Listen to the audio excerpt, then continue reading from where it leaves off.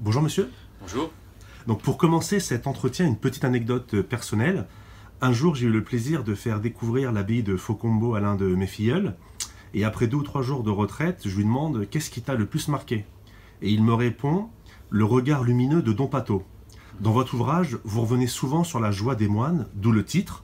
Comment expliquez-vous ce rayonnement que les moines dégagent et que tous les visiteurs remarquent? D'abord, j'ai presque envie de vous dire, pour commencer, que les moines ne cherchent rien. Les moines ne sont pas dans la posture, ils ne sont pas dans la construction, ce qui est évidemment quelque chose de très important aujourd'hui. On est dans une société où la construction, qu'elle soit médiatique, publicitaire, etc., recouvre beaucoup d'aspects. Je ne parle même pas des réseaux sociaux qui ont évidemment considérablement changé nos vies et où la construction est aussi évidemment un élément important. Donc les moines ne sont pas dans la construction d'une posture joyeuse ou pas joyeuse. Les moines, ils ont une vie, en l'occurrence puisqu'on parle de Faucombeau, c'est-à-dire de bénédictins, donc de fils de Saint-Benoît, ils ont une règle, la règle de Saint-Benoît, et cette règle, on peut la résumer, vous le savez je pense très bien, par ora et labora, prie et travail. Donc c'est la prière et c'est le travail dans les obédiences, dans les charges qu'ils occupent, qui structurent leur vie. Et cette joie, elle vient de cette vie organisée selon une règle, tout simplement. Vous venez de parler de la règle de Saint-Benoît, donc cette règle elle décrit les vertus monastiques que sont l'obéissance, l'humilité, l'esprit de silence. Elle organise en détail la vie liturgique comme vous le montrez et démontrez dans votre ouvrage qui est très intéressant. Et Saint-Benoît l'appelle l'opus Dei, l'œuvre de Dieu. Elle constitue le cœur de la vie du moine. Alors, ma question, cette règle n'est-elle pas trop dure, trop exigeante, voire aliénante? Alors ça, c'est effectivement une des questions qui m'ont amené à réfléchir et donc à écrire ce livre. C'est-à-dire comment rester joyeux, comment rester en paix, tout simplement, malgré ce qu'on pourrait qualifier de manière un peu primaire de carcan. Ou même malgré, finalement, de façon encore plus symbolique, les murs de la clôture. Normalement, avec une telle règle, avec une telle monotonie, avec une telle répétition tout au long de la vie des mêmes calendriers, des mêmes journées, du même travail, normalement, a priori, n'importe quel homme normalement constitué finit par s'ennuyer. Et c'est peut-être ça le grand paradoxe de la vie monastique, c'est que le moine se satisfait de ce qu'on lui donne, et de ce que lui donne tout simplement cette règle qui constitue ce qu'il y a de plus banal et en fait ce qu'il y a de plus riche. Il y a quelque chose de très important, c'est que le moine ne vit pas dans le passé. Le passé, évidemment, il existe, ce qui a été sa vie de famille, ce qui a été, ou tout simplement les étapes de sa vie monastique, mais le moine ne se retourne pas. Le moine ne pense pas non plus au futur, évidemment qu'il pense aux fins dernières, c'était d'ailleurs l'objet de mon premier livre, Un temps pour mourir.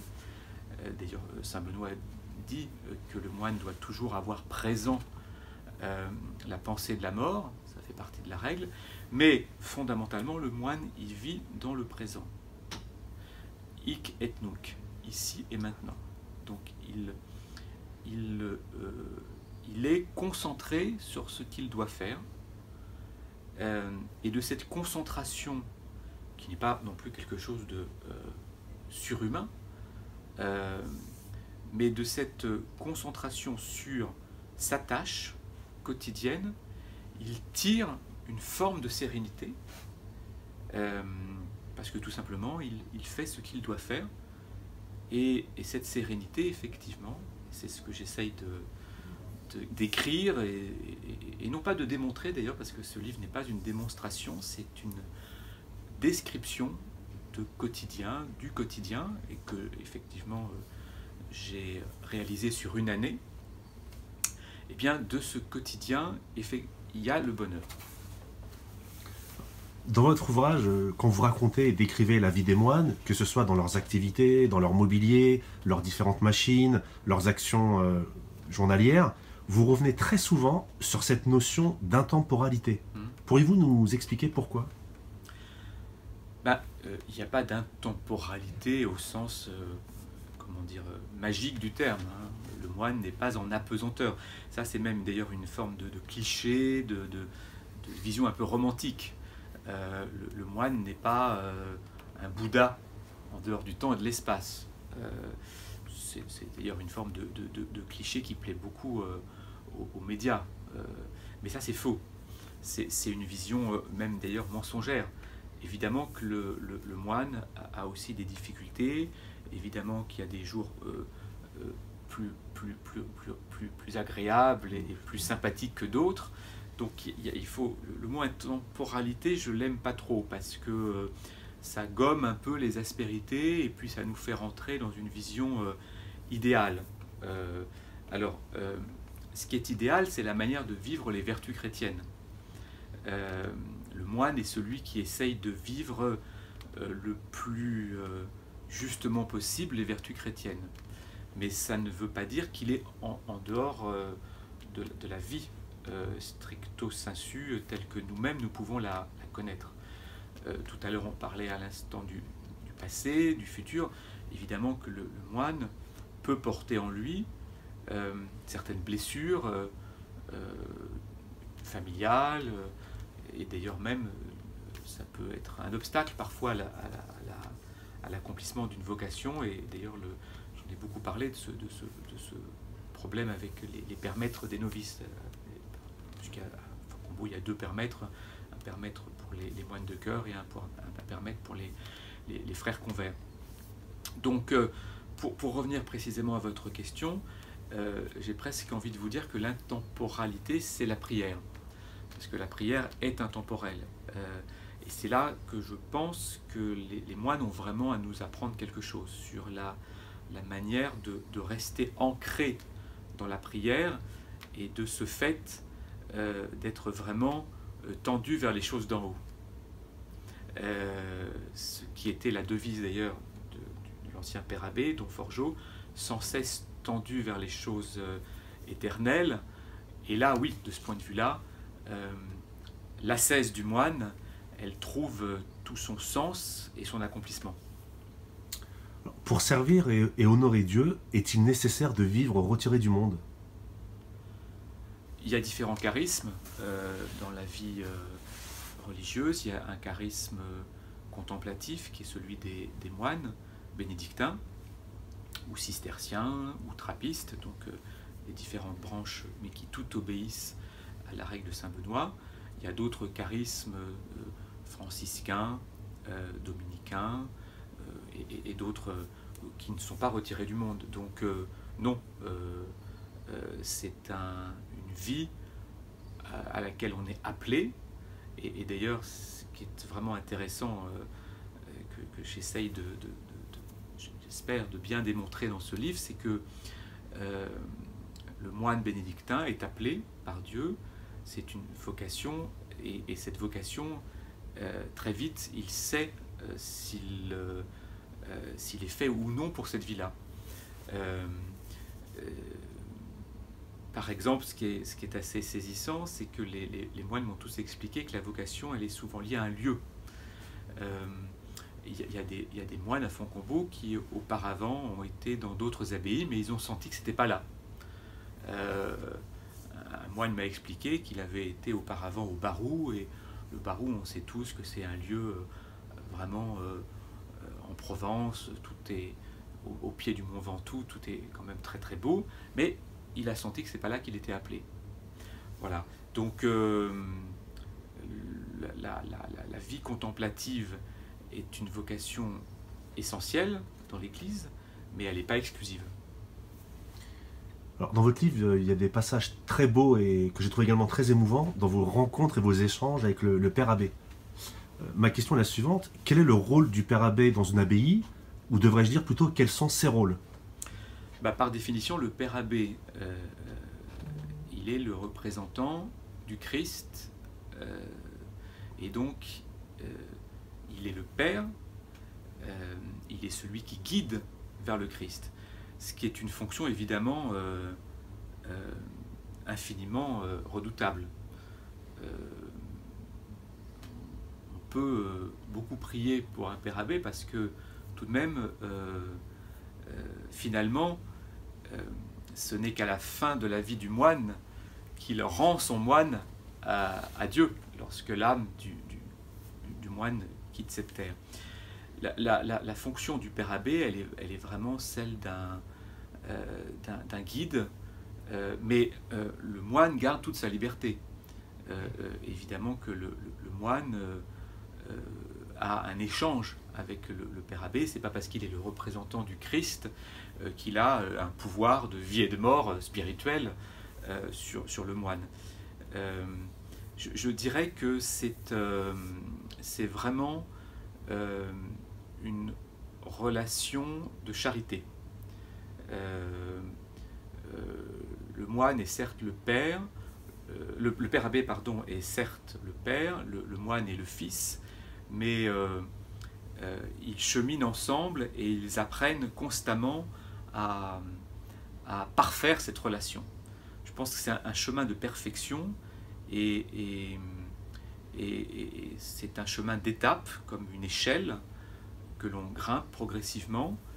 Et il y a certainement des moines qui grimpent plus vite que d'autres. Il y a certainement aussi des pères abbés qui sont plus rapidement que d'autres meilleurs pères abbés. Mais en tout cas, la notion de chemin, elle est fondamentale. Il est impossible de parler du monde bénédictin sans évoquer les chants grégoriens, dont vous en parlez souvent dans votre livre. Des chants en latin au XXIe siècle, est-ce que vous pourrez nous dire quel est l'intérêt ? Ce n'est pas une question d'intérêt, d'abord c'est une question qui est liée à l'histoire. Le moine est fidèle à ce qui a été l'histoire, en l'occurrence pour les bénédictins, eh bien de toute la tradition qui vient de tous les grands pères abbés, de tous les grands monastères, de tous les grands ordres, évidemment pour Fontcombault la congrégation de Solesmes, mais qui elle-même est l'héritière de deux autres ordres prestigieux, c'est-à-dire Cluny pour le Moyen-Âge et puis plus récemment au XVIIe, XVIIIe Saint-Maur. Donc le chant grégorien, il se perfectionne lui-même à travers le temps. Donc aujourd'hui, Fontcombault est fidèle au grégorien tel que travaillé par l'abbaye de Solesmes et notamment un maître de chœur, Don Gajard, qui a élaboré une méthode pour chanter les grégoriens, mais il y a d'autres méthodes d'ailleurs. Le grégorien, c'est une manière d'accompagner la prière. Ce qui est fondamental, c'est d'abord la prière. Le grégorien, c'est pas un but esthétique. Évidemment que on est sensible au grégorien quand il est beau, mais il est d'abord et avant tout là pour être le cadre le plus parfait de la vie de prière. Donc il ne faut pas non plus d'ailleurs idéaliser une recherche chorale. Ce que veut le moine, c'est prier. Et donc il se donne les moyens, si je puis dire, pour prier le mieux possible. Et le grégorien fait partie de ce moyen le plus parfait possible. Alors pour finir cet entretien, avec cette dernière question, revenons à l'avant-propos de votre ouvrage, dans lequel vous écrivez « Comment comprendre ces hommes nimbés de mystère ? Les mots pourront-ils exprimer ce qui est d'abord une aventure intérieure ?» Avez-vous réussi à répondre à ces questions après avoir passé un an avec les moines ? Alors j'espère d'abord que je vais faire rentrer le plus agréablement possible mes lecteurs à ma suite à l'abbaye. J'espère que mes lecteurs pourront, comme moi j'ai pu le vivre, connaître des beaux moments dans cette abbaye. Mais ensuite, effectivement, et c'est exactement ce que je venais de vous dire, la vie religieuse, la vie contemplative est une vie de prière. Donc je ne suis pas rentré dans le cœur et l'âme des moines. Ce que j'ai par contre essayé, c'est de les faire parler le plus simplement et le plus distinctement possible de leur vie de prière pour que ça puisse nous-mêmes nous nourrir. Voilà. De la même manière que j'avais écrit Un temps pour mourir, pour que les moines puissent nous expliquer comment, après des vies spirituelles si riches, on pouvait aborder de la façon la plus sereine possible la question des fins dernières, qui est une question évidemment essentielle dans notre société.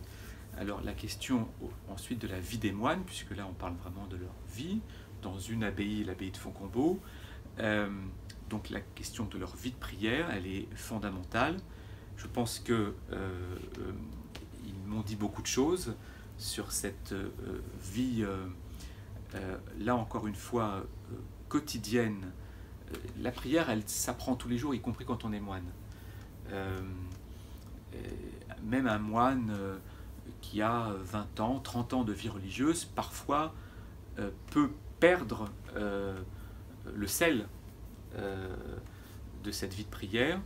Et il y a une phrase magnifique que m'avait confiée l'ancien père abbé de Fontcombault, qui est décédé il y a très peu de temps, Don Forgeot. Et je lui avais dit, mais qu'est-ce qu'il faut faire quand le goût de la prière, non pas s'éteint, mais s'étiole, quand il est moins fort. Et il m'avait dit tout simplement, il faut recommencer à prier. Il ne faut jamais s'arrêter. Quand quelque chose ne va pas, il faut recommencer. Il ne faut pas se poser de questions. Et il avait ajouté, nous n'avons pas, nous, moines, à juger de notre vie de prière.